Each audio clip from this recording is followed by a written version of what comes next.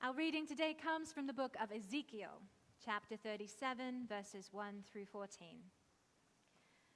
The hand of the Lord was on me, and he brought me out by the Spirit of the Lord and set me in the middle of a valley. It was full of bones. He led me back and forth among them, and I saw a great many bones on the floor of the valley, bones that were very dry. He asked me, "Son of man, can these bones live?"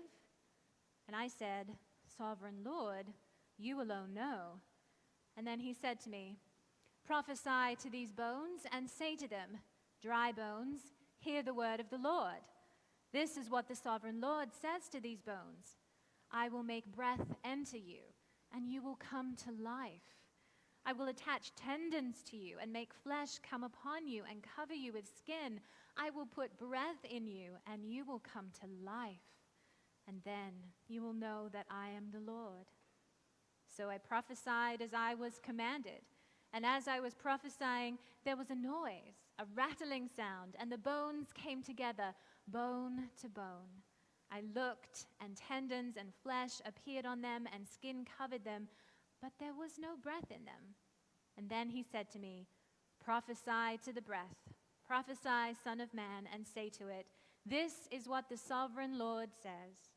Come, breath, from the four winds, and breathe into these slain, that they may live.' So I prophesied as he commanded me, and breath entered them. They came to life and stood up on their feet, a vast army.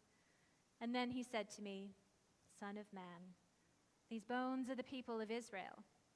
They say, our bones are dried up, and our hope is gone. We are cut off. Therefore, prophesy and say to them, this is what the sovereign Lord says. My people, I am going to open your graves and bring you back up from them. I will bring you back to the land of Israel. Then you, my people, will know that I am the Lord when I open your graves and bring you up from them. I will put my spirit in you, and you will live, and I will settle you in your own land. And then you will know that I, the Lord, have spoken, and I have done it, declares the Lord." May God bless the hearing and the living of this word. And from the writings of Emanuel Swedenborg, Secrets of Heaven, number 2916. In the internal sense of the word, a grave means life, which is heaven, and in the contrary sense, death, which is hell. And the reason it means life or heaven is that angels who possess the internal sense of the word have no other concept of a grave because they have no other concept of death. Consequently, instead of a grave, they perceive nothing else than the continuation of life, and so resurrection. Now, because burial means resurrection, it also means regeneration, since regeneration is the primary resurrection of a person. For when regenerated, we die as regard to our former selves and rise again as regard to the new. And it is through regeneration that we go from being a dead person and we become a living one. So, my friends, today's text tells us of the Lord bringing Ezekiel to a valley full of bones, a great many on the floor of the valley, all dry and lifeless. It is powerful imagery, and it was written to a people in exile. The kingdom of Israel had fallen to the Assyrians, and its people were just scattered everywhere. And the kingdom of Judah held on for a little while longer, but eventually was also defeated by Babylon, and its people taken away into exile there. God's promise to Abraham that they would be a great nation, given many hundreds of years before, now seemed shattered to pieces. They were not only defeated and subjugated, but not even allowed to remain in their own land.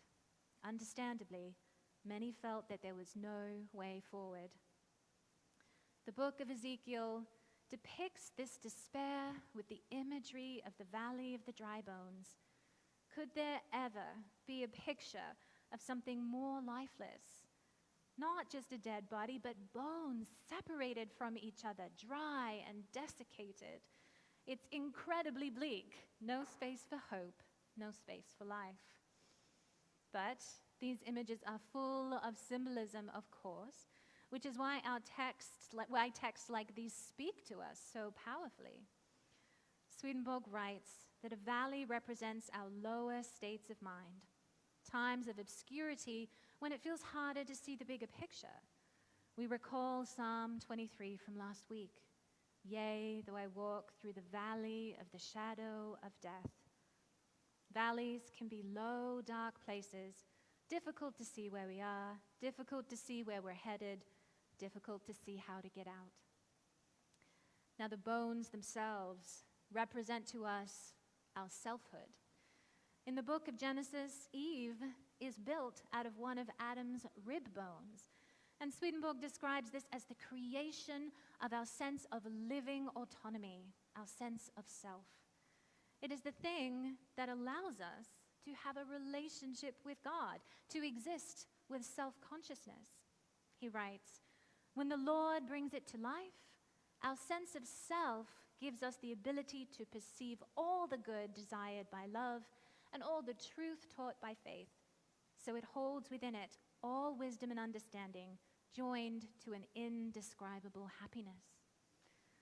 So in a very real sense, our selfhood is incredibly necessary.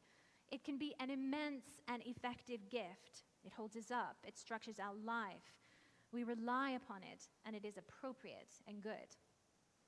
But our selfhood can only take us so far. And this is because anything living in us comes from the Lord's life, not our own.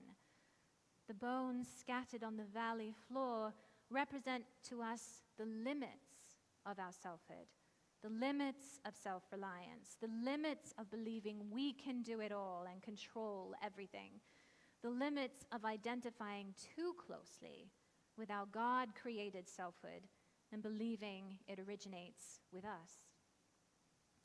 And not only are the bones in a valley, but they're also dry. Being dry represents a lack of truth, a lack of a way to structure our thinking and our acting. And perhaps this strikes a chord in an increasingly divided country, in an increasingly online world. How thirsty we all are these days for sources of information we can rely on, for some systems that can tell us what to do, for tribes that will make us feel okay, for something that can give us hope. And finally, the bones are scattered about, disconnected. And this may resonate as well, not only in regard to a time just a few years ago when we were on lockdown, separated from each other, but also for the many ways in which we yearn for community even now, for the ways in which we are separated from each other by things as deep as ideology and prejudice, and as unseen and ordinary as urban planning. In a larger sense, in times of crisis, it is also easy for us to feel disconnected from providence, from a sense of God's care. Swedenborg writes that angels can easily see how things are connected, but it is often harder for us. And so sometimes we find ourselves in that valley of the bones, shadowed, scattered, desiccated, and seemingly alone. And when we do find ourselves in the valley, it is hard not to imagine the worst. Our minds very naturally start to cast about for what might happen to us going forward. We shouldn't shame ourselves for that. It is our brain's job to do this for us. We have been trained over millennia to project and anticipate potential dangers and to avoid them. This is how we survive. Our brains are trying to protect us. But our world today is full of chronic and ongoing stress, many times with only a small part of it within our control. And so our brains keep returning again and again to the dry bones, warning us, prompting us to act, even though many times we can't. This results in a continuing anxiety, constantly being in fight or flight mode. It's exhausting and debilitating. We learned especially how difficult this was during the pandemic, and the lessons learned then can still be helpful now. I recall one expert during the height of the pandemic naming our collective stress as anticipatory grief. Our minds are doing their best to keep us safe in uncertain situations, grappling not only with actual losses, but telling us to be careful about potential ones to come. And his advice: to find balance in the things we're thinking. Whenever our worst predictions start to take shape, we can choose also to imagine alternatives and to place them alongside. We can choose how to try to balance the images we are focusing on. Our mind will continue to do its job and will talk to us about the dry bones, and let us give thanks for its capacity for foresight. We rely upon it. And also, let us with intention focus on the other images that God has given us in the Ezekiel text: breath and enlivenment. For we see that the dry bones are not the end of the story, that God has something else to say, something else to prophesy. Our minds prophesy in their own ways, speaking out of our own personal context of survival and loss and how to get to the next day. Our God-created selfhood doing what it needs to do.